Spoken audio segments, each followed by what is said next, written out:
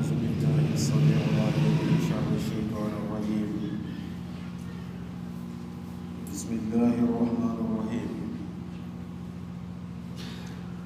الحمد لله الذي أخرج بحكمته جميع الموجودات، خالق البارئ فسبحانه من إله يسمع أنين الهنين، يسمع أنين الهنين في بطون الأمهات. نحمده سبحانه وتعالى على تلك النعم، ونشهد أن لا إله إلا الله وحده لا شريك له، رب البريات. ونشهد أن سيدنا ونبينا محمدا عبده ورسوله سيد السادات صلى الله عليه وعلى آله وأصحابه صلاة وسلاما كثيرا. أستهل ذكري قائلا: ربي اشرح لي صدري ويسر لي أمري واحلل عقدة من لساني يفقهوا قولي. ثم أحييكم عباد الله أيها المستمعين الكرام بتحية الإسلام، تحية الجنة، وهي السلام عليكم ورحمة الله تعالى وبركاته. ربنا سلمالو أمرة كان الله تعالى في جون كان كيسم على علمنا أمرة فهمتين كان يسيرك الله تعالى لأن الله تنكر على مكر تمنين كوفي أن ينسم الله تعالى تبارك مالا ومن يكولني أن يمرني من أسلم ويسلك كفموم ونيكو كيلاني على لا إلى بوكو نبا دمنا كيا دمنا باسمه الأعظم وهو بسم الله نبي لبارا بارا دمنا كيسم الله تعالى توبل بلل اسمه الجلال نوي الله أن يوفو كان سمي ألالا كان جيجينا ألالا قال الله تعالى لو أنجي قرأ ألا موكرا وتمني كوفي أن يعتنو أن سيقول لبي من صدي بينا لو فنفنو كافوكو آي إنيا فنفن الدليلو كادم ندو فراورون لما أن يمكو نيبولا ومن كوكا كاوتاسي سنفرا ورون لما ومن دنفير كاملو أملو تليرولا فرانين سورو لكا dini fonyo farani nyonka a hakli bisemmema ani a hakli bisemmema inya fenfena kedi do kiyalo ka fufu bela dini Allah ta'ala la fena konindi ale Allah ta'ala le ka fen bela denimla sorondo ka fen bela denimla yeli ni kewlido no te foytuntey billahi foytuntey ni ala kelite wala azali wona fe badi ale le adal fen damaridi alele mansadi mansame mademe dalla alele mansadi mansame ni danfen kurimate mansadi alele créateur di aketola adama den dana aminya lo tobula morobe ni noka adama den dali sumauma aketo adama den dana aminya lo japonais la morobe ndoka adama den sumauma aketo sanfara urum la dana ama awa danfendo la fendo benindo mafele kilo kaka san suma utawo ma ona atakela nyamma kilo akaketi ama dugu suma motama mayri suma motama manji suma motama mafunya suma motama alele mansadi mansame nyitsi ala ko bela denna mansame sembeni ajire kuna ate demeni na fensife Allah ta'ala le mansame woni bali urambra mansauta no ala sanu yala alembe na se bonyara kata se denyana ni wonu kambe ma kato moy musul den soldo qura Allah ta'ala e mansani woni balle selu ye alele ye ibo mafele ido nyonyi ni fento mabela de ni bolito sugu ye fuy bulu uno fe ni jon lara alala ijigi kanyi ima ko branya kanani Allah alala ketan fotaro ala mukera o alala nda ya kan sabati o ka kan balu ka kan fatu ka kan milu ka ala mukera amra siriya rahman mansala sibaya kadengeliya ala kelinya ma amasiga umendo ka tando ala nema kedim na anuji fonyo mi sugute danfe ngolo na ku berima ibe dunya tanga do lakira ji na ku berima ima mo shama hamina sun awa sungarola dogorete kuy leer dama do men blato di jimambi o son janya slanye ibo baro kono di bato o Allah ta'ala ko ne ma bawda ko ni annafu anyan kulala kam ko nyabwala ya Allah ta'ala la fun siri abaledi ka kan ni mo nyara ko le ka ko malo ka kala ko malo bani ala ko kira amra siri ya kira ko Muhammadu makala kila ya din alayhi salatu wassalam wa ka salli ana bona salman ka ila batul bani ma be ka ina Allah di mo ala ko kira o tamni ko fa be do ki ana jamana ala masmaram ala ma kulu sumara apli sigi di basi o sabati amulo ana jamana kuna ana barada kunno anta worona sigi yorondo ala mo kera ila islami jote la tegulu kan kisama ala mo kera ana safiru ala la ilaha ala la ya fayma ala la kunayma ala min salatu lay salli ala rasul wa ba'd amma ba'd ibadallah fa inni usikum wa nafsi بتقوى الله العلي العظيم قائل في كتابه الكريم فمن يعمل مثقال ذرة خيرا يره ومن يعمل مثقال ذرة شرا يره صدق الله العظيم أما الإسلام في هاتين الآيتين الترغيب بقليل الخير وكثيره والتحذير من قليل الشر وكثيره badinu ne sarala allabi anin gele kuna mun fena rahmanu mansanya slanyela adamadi mo ibake dunyaro ibake dunya mate bara la ala yaslanye to idu sukuna ikelen ani jamaro ye woro na la yaslanye tunna jondu sukuna ala li bibla ka fenke men ko fledi kima kono di dunya la akhirah ala kana ala yaslanye do wayni alubulu ala kana anfo ala yaslanye la ambadelu aya rabbanu man sala aya bil flamen krani multi afu Allah ta'ala bil Qur'an al bada al isti'aza wal basmala faman ya'mal mithqala dharratin khayran yara wa man ya'mal mithqala dharratin sharran yara kira ko alayhi salatu wassalam akoko Qur'ana be kono akoko aya tay même maslani kase aya fulano Qur'ana be kono ni ka aya fulata tilka al-aya min ayati at-tafsir wi aya min nisodia kabbu nyuma kala ikatem Qur'ana aya be woni ka aya fulanata wi aya min slani ayila akabbu juman kala bulu juman kala ka temi Qur'ana aya be ka mukama wole kama tamti kuinyana akoko kabako aya fulan na kuro ni ka mafele ka jatimne ako aya belebele fulameni ako nunu ye aya ledi aya membe nyuma kela konorodia ka haklisi ka bla jija ni tesrila ka nyuma ke ka shiaya ni nyuma do mani seya ye lomi adoke ni nyuma bomba seya ye lomi abuke ate sala ya nyuma ala hayatu beboro ka sababu ke mundi mansa min tanyina la edayanu la yadillu wala yansa julusra mansa atanyina tefi nka ale la contrôle te permis la ibra wa yoro do ibra tunama o ta ale la contrôle aka fi ibra ko da ke obra kanyina ma o te kala ale la ko ni jombe ake ale Allah ta'ala di bo akilina be kalama do manna kumba oro ni o kera nyuma kala kono no fori nyana illa rawla ni hakli torowla ni limaniya don fitini dusukuna e ba après nyuma ke ko matuma sisa ite salaya ite farirofa ite décourager sabula masame ni sarala iya kala umena landa ya kama iya kala ko men ko kika nyuma ke ko otila nyuma fem perdila adogo yara nyanya ma al na do yare kunya sikse al na do yare kunya si tumana menna yiri tunga shia anfeya so mara junala ni tun surra ka bosuko ka itumbe femiseni do e fira nyarala am seman katemi susuka am seman katemi muruntuninka ankara moru ka fani ka be fole ba ko zarratu ale ka dogo ali am bulot se ka mene o ko bo alli jona mi maketa dogo yara iko nyogo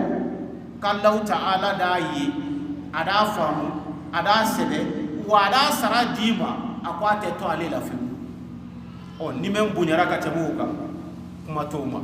aba wara nyanya makara sara tenimisa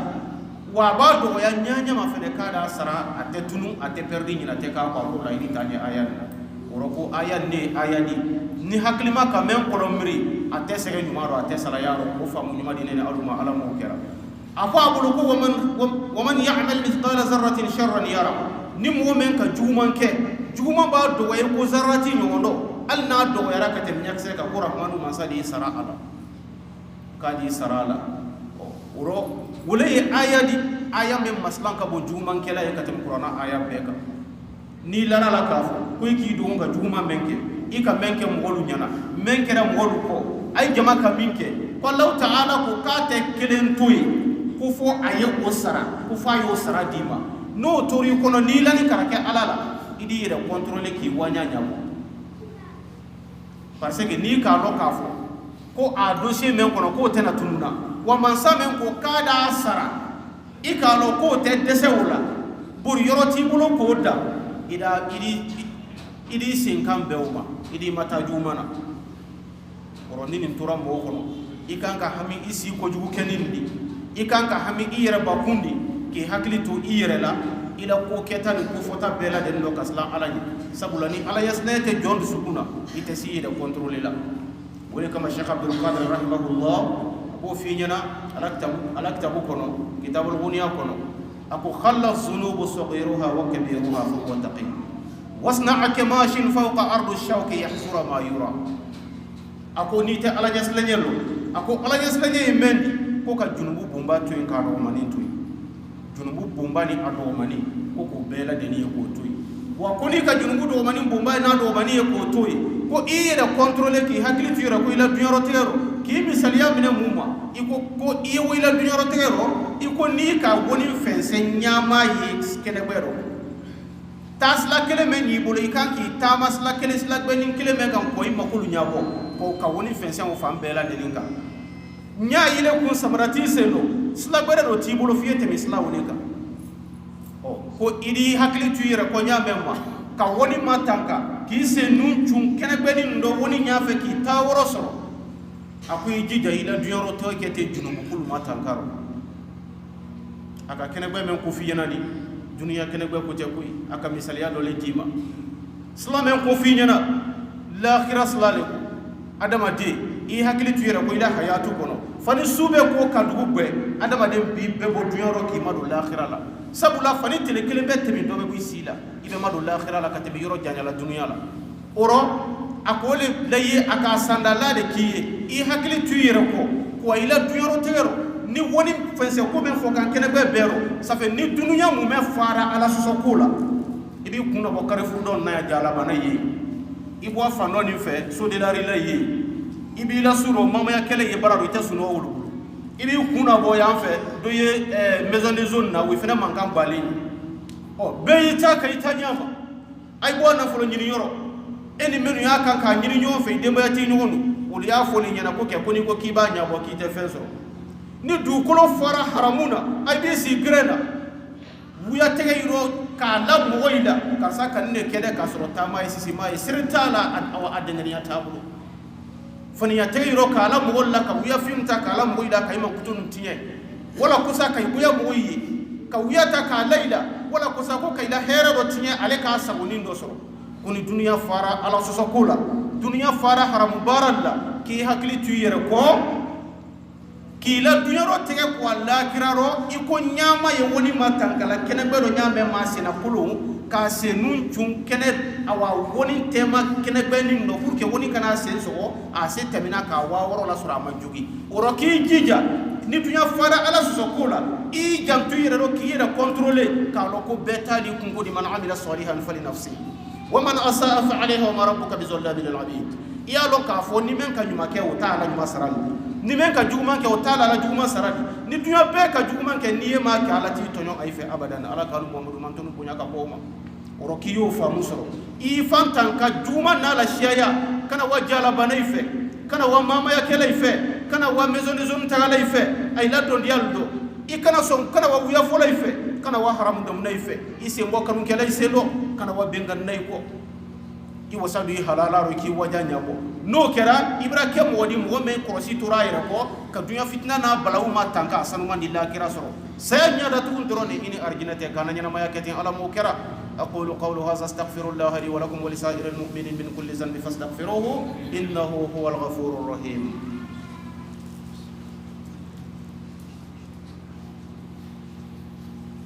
الحمد لله رب العالمين من عمل صالحا فلنفسه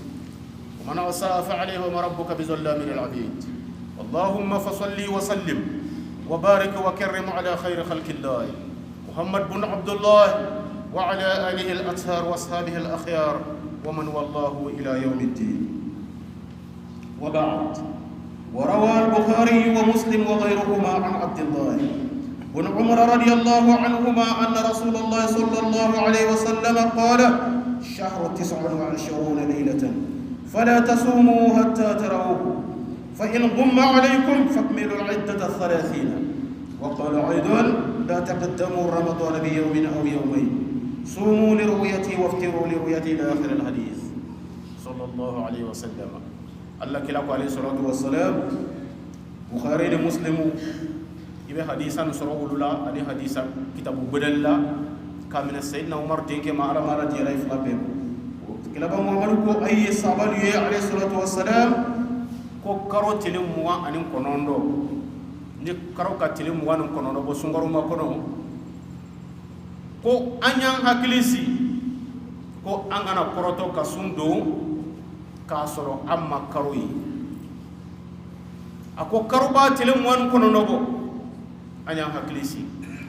angana koroto ka sundo ka soro amma karo kuday ako amba ke sundo na ako karo tele muwan konondo sabula wo sufe moy be karo nyini e wo fitri fe moy be karo nyini o karo nyini wati wo ni karo mase ka ye moy bolo ko nani sambiri ka benda aka soro bidi ka ye karo bororo ko anya hakilisi anye dengeniya angana blanco no ya soro karo bodi birikale anu mai no kunanga nyina mai anya sungaro mo konon dafa tili bisabalo ni tili bisaba dafara o farafin karo ato te ko mun tili bisaba ni kelente ale no siga brabo ando o ba ke kandi se sundu nando ka karo yelo tile mo anu konondoma ani sundu ni sungaro ma kono ni sungaro fele dafara nanka selidirin karo nyeri fele ye andi sumbla uro tiliro domini ni tiliro mini ora da hasla ma bela deni kan si temini kan ka famu da ma ala mo kera karo la yeli mewudi ni karo bana sungaro ma kono bana tele bisaba bola tele bisaba ni kelin taliro karo nyinu ko kuma bara bodaro ayira ko amaye sumbe hadisan nu dunya folawati menna utma apare ko tay tuma apare ko tay dugube bebi suntere aya ila sola ay ba karo ye ay di sum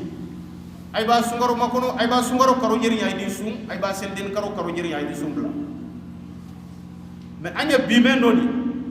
ka be dunya wati la yelema ma organisation na keli buluma sulama ya de kurulu sigi buluma jamana kelen na be sulama de kurulu sigi na kono ko to wala ko ligue islamique nationale o ligue islamique nationale me woni sharia fene bena maslama ya tabulo befe nay ma mo yilo jugumana fo nyuma sulama ye ay labatu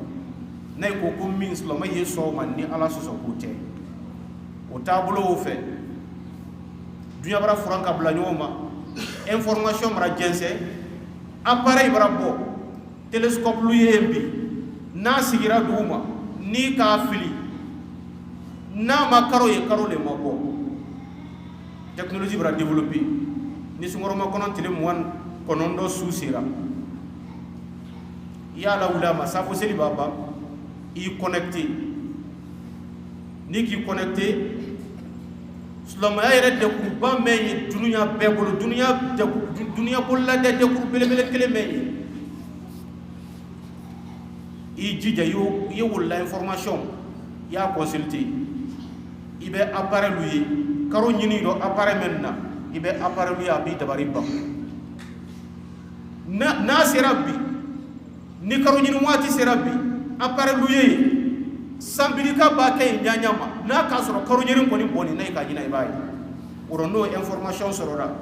sulama den deni ki bolola de ka be meruma kay play nyefe no ye lik islamic di ni wolu ko karo bara yesulama do yesu sharia ba da an ka su ni ko soso ki banka sundo na gbele yama ka fonne ko fondi yere nyaka yi ko fondi yere ka karo nyeri la dula ni be sundo anta fo ki ka haram ke ko ima haram ke wo dalu ke defene mam be woro do le finyana i hakli tola ni mala mo wonu na tugu ni te bara ay la tunyala ngo fayana kuma rose nay mambla ala sokola akakanga toyko nay mambla ala sokola sabula danfen ta danfen wona batula ala sokoro abadan abaki sanfe nyanyama mais ni le mo me woro ki kafa lik ko karo baraye ima son ka sundo ko foni ka karo nyirinyi ida lu kende de me ida lu kende ibra fangalen ta to fangalen ko rode amba fi hakli tu yere ko sungoro bando na fura lo mena lik bolo ko seli de ni karo baraye no ka soro sungoro tele mo wan ko ndoli bay jije yi kana seli odu sagwe de yo du sagwe fene sum ba yi makaro yi parce que en général an konna a shaman karotini foloso a shaman sungaro shamani nkan karo nyini na menu folandi wolle e karo wolu yela sulama ya ka siriya menu fala shari'ati lu do orogbe sharia wolu be dafani kofe mo teleni na denge mo teleni na siriya la lo kofe ka foko karo yini ay bolo lakini men nasulama yala o solo nin kofe ay be soro kala wankan sulama jamadu e kay sun karo barayi sharia du sono ma sharia ka foti oro no la wankana ni ki ba information ro sundu na baleyama ni seli de ni sera nay ka fo fena ni ko sungaro baraba ko karo barayi ko ay sumbla ni ma songa nay ka ko karo barayi kay sumbla bay jide ikana bla oro di ni ka bla ebe wole ko ira sawu kala me itatunya ko ika kuma men fo karo damne la idallo makene ya ko de ibolo tere dallu memma imalala iki ban sundo na bale yale ma woro wo to anko ko famu da ma ala mo kera uno fe bani kila alayhi salatu wassalam akwa ko angana sungaro nyabe tele na wal ma tele flala sundo na dienye maka sewa dro kan nisodia suba bato awa sum barai kabu ala ko kadiye kilo ba nera damne labi sulama ya kono haramun do kan kono kefu anya lo ka fo ko yike wolle dan kan jantu menko ni yesunjul saralla basi taala sungaru ma kono nafsa mantiya bato baraila wara men fo ni kila bulo ala bulo na ka soro iye o bari awa o sundon suleka pasa bara fo ko sungaru ma kono bato la nyuma ketalu barai ka shiakaro shamantadi basi to la wote sunya beni innamal a'malu binniyati koni ka sewa kan nisodia ko sungaro barasia to tele kini wal ma to tele fla wal ma men ka shawdi ilo nga nyabe wole te kala fi wole haramundi ka famu da ma ala bukira uno fe badi an nafi ibn umar radiyallahu anhuma annabi sallallahu alaihi wasallam qala idha halla hilal ramadan saha al-arsh wal kursi wa ma dunahuma wa qalu tuba li ummati muhammadin sallallahu alaihi wasallam mimma lahum 'inda allahi min al-kiramati واستغفر لهم الشمس والقمر والنجوم والنهار والليل والطير والهيتان وكل ذي روح إلا شيطان فإذا أصبحوا لا يترك الله عبدا من هذه الأمة إلا غفر له ويقول الله تعالى يا ملائكتي اجعلوا صومكم وتسبيحكم هذا الشهر لأمة محمد صلى الله عليه وسلم أمبالين نافيكم ko aleka mine abdullah ibn umar ma sayyidina umar den kala mala ti alay bem ko kira ko alulu nyen alayhi salatu wassalam kuni sungoro makonon kalu nyirin loda kuni sungoro makonon kalu nyirin loda allah taala kal muhammad mantun punya de allah taala makira ba muhammad alayhi salatu wassalam ana mantun nafsa mantinya du ala dali fansife aka kelana amantun nafsa mantiya ko fo ala dali fe be afam be la dali fe kala wa ka fa be wolu be muhammad mantu nafsa mantiya kalama wolu be la dani ikra ba muhammad nafsa mantiya kalama alayhi salatu wassalam ko ni sungoro karu nyiri lora ko la rasi be nisodia kulekti abe sonko la rasi be mankambo sanfara wurum la sanfe ka te to ma ko kursi yere fene be nisodiya kambo ko fene be nisodiya kule kante sanfe dal fen berelu iko lahul mahfuzun qalamun nuru ko lu fene dati ko ni be mu fola wa qalu tuba li ummati muhammadin sallallahu alaihi wasallam ko ni be da fo ko karoro samante baralo arjina tuba allah ta'ala no dana muhammadu mantonde asoro karo barabo aida nyini sisan ka asoro safe darasi na la bunya kursi na la bunya kala mundurun laul mahfuzun na la bunya wulu ye nyabola an muhammadu mantonu fe ni mo men na radiyaro kini la muhammadu mantonya o ke fudi ko tejila ko lakira imalo e berire ka dali fe bele bele wulu ye an nafsa man tiya kalama an yo kan ko du anyira la kan ka nyira fe ara mo kera kan ka nyira fe ara mo kera ako tumana men na no kera ako sabula wo yebbunya ledi ramanu masabulo akamenda anu muhammadu mantuni argina tuba ko ni ako wakada to ni koy ako telekolo o be allah ta'ala deli ka ya fadeli ka anu muhammadu mantuni kanka komenu ke alala nama baba komenu ya anu muhammadu mantunu ma anjunu mullo ka allah ta'ala hinana ko ka ya fani ko karodo no fo alay lolol do no fo alay telelo lakbe ya do no fo alay su dibi do no fo alay ko kono do no fo alay lawar jegelu do no fo ala ye kay to jinnu kono ako ni ma fen ako ni sungaro sufolo sila ni sungaro karo nyini ki lo telebiro ako ala la dali fen bebe ya fadeli anu muhammadu mantoni ye kala ka ya fama ko fo na kira shaytana iblis la'in ala kana shaytana sama ala kana madwana wole ala madwana suratu yasin kono aka fanya na ko shaytana yan jule di akanga na sonka blako ni men ki blako idi bono nimen ki bla ko idi bono ako ko Allah ta'ala la dali fe betu bebe ya fa deli kan muhammadu mantul ye tumana mena ni sungoro karo nyeri lola ako wani wolu be ko ya fa deli ka sungoro karo nyeri lolo fitri fe ay di suke Allah ta'ala madiya la muhammadu mantul ye fu ko dugu be ako ni dugu bera ako mo kelente to Allah ta'ala la jon kelente to muhammadu mantul ko fa Allah ta'ala ya fa ma ka soro ya fa jondo ala mo kera ko wa Allah ta'ala ibaga fa la mele kanu ye ako Allah subhanahu wa ta'ala nin karo nin kono ako moro barayi beta kan ni muhammadu mantonna Allah ta'ala do fala mele kay sungaro telefolo so madal me angana nyina de kuma men fo kay ni haklisi nya kuma fulale foli nyana ka kutuba blawuma nyo tani kasigela yetuma be go abdullah ibn abbas ko radiyallahu ta'ala anhu akoko kira ko alulu nyana alayhi salatu wassalam kiye kuma mena sulama ya kumaro kafo ni mo kanin keni dikiye ni mo kanin ke dini solo khaira kuro ko wiyata kele no ka bela de ni tunyali ko ni ko mo sita solo mo sito nema kele solo kido bara nyuma ke ko sara nyuma o solo ko fu mu'mini abdullah ibn abbas kuti wayi haklitu nafura ko muhammadu mantu jonye muhammadu mantu ni mo men lara muhammadu la alayhi salatu wassalam mugo men sona kibla muhammadu ko wole muhammadu mantoni kila ko anya alayhi salatu wassalam akwanga na flaka fo alama abara kala ya makota edi do joti do ka ki kungo nyabo e matu muhammadu ko de aka shimbe ke ni kelela nunne ka gosi ka nyinkani kaban ka gba faso ko na bara julu du mena aba baye makota e bi nyina muso do e kota ka fere woma eti se ko toy e make muhammadu mantoni de e ba fere awa namara na fulo ma ete so tolay e make muhammadu mantoni de e la bado tato na nato be wuya ka takala joni wonna e make muhammadu mantoni de e la karona fulo damta a haramun ka sha halalali wallahi e make muhammadu mantoni urofanya ni to anko kuma menu ye fola ni siga fuitaro meni ya fe ka soro kana bioro kan inna fa be mate ko nin ka do bali mo la kira ka do argina ko no yirendo ibaba selini sunnuna itabulo le nyabo yese dinyala kanunko yese dinyala wuya foko yeke duba dendi ki fani babunya ki la mo bunya tan lon kay bunya ka wi do ya lay dafnito yeke mo hinante ka jumante ya dabla yeke funi siredi kana ke bakhini yeke tuya foladi ka wuya buy dundo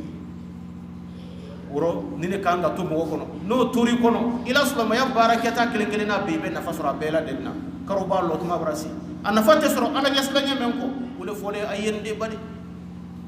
wallahu ta'ala amma dim ko sifene manini te nini tigilu te meno islam ala ala nyakoni Allah ta'ala ka ando bara la ka be kunfo an lo la ben kam o sungaro bralo anu tani kasigi ayesi sa insha Allah ala babla ra harje Allah ta'ala ma kunfo fo sunani ala nyaslanyete aba fi nyana de aya la bana kul la'allakum tattaqun ako wallahi may blala fo kama fo nya fele ay kasla ala nya woro kansla ala nya ala mu kira kansla ala nya ala mu kira ana batulu ala ma nafa diram ala ma nafa diram dunia robo ko ni misaju ala ma ksirama amra de menni rahmanu ma safe karo babra se anyana ka Allah ta'ala hinana ka kunun kun man no waya ala mu kira ka nyogo shama blan dunia siro ala mu kira amra de menni rahmanu ma safe ya rabbi sungaro dayid me abatulu ke kun ma farro kenda ya limani ya juma ko dinene aluma ala mu kira akanda ya na tanga kun no waya ala mu kira amra ni Allah ta'ala fe ya rabbi men ka do nyini harje kula kande harje bumbay rahman man sabulu ka dai ma ala mo kera men ka do nyini ay la bungono la suma kula ka suma kande ni ala yaslanya la ala mo kera men ka do nyini bara kula ka so bara mun fa mala ala mo kera dem semen ban karana bara tay bulu ani men yere makarange na ye bara nyini na ka bela den so bara mala kande bara ma fasulo bara ni badulo bara ala mo kera ya rabbi man sadara badai makalimani ya nyuma la kan kan ki Allah ta'ala sawu ke jonne ala kana kala ma fisir walida ala mo kera men ka do nyine la jangurotol ye kay la jangurotol basi kende ya de man yala ala mo kera amara de man rahmanu man safe an kelen kelen fami a fen fen nya na do na lan kene men ni Allah ta'ala so ko te ka ala hina na kayira ni ala mo kera am bade mena foyani bi amara de man Allah ta'ala fa ya rabbi ka dakhira diala dunya di ala mo kera ka dakhira diala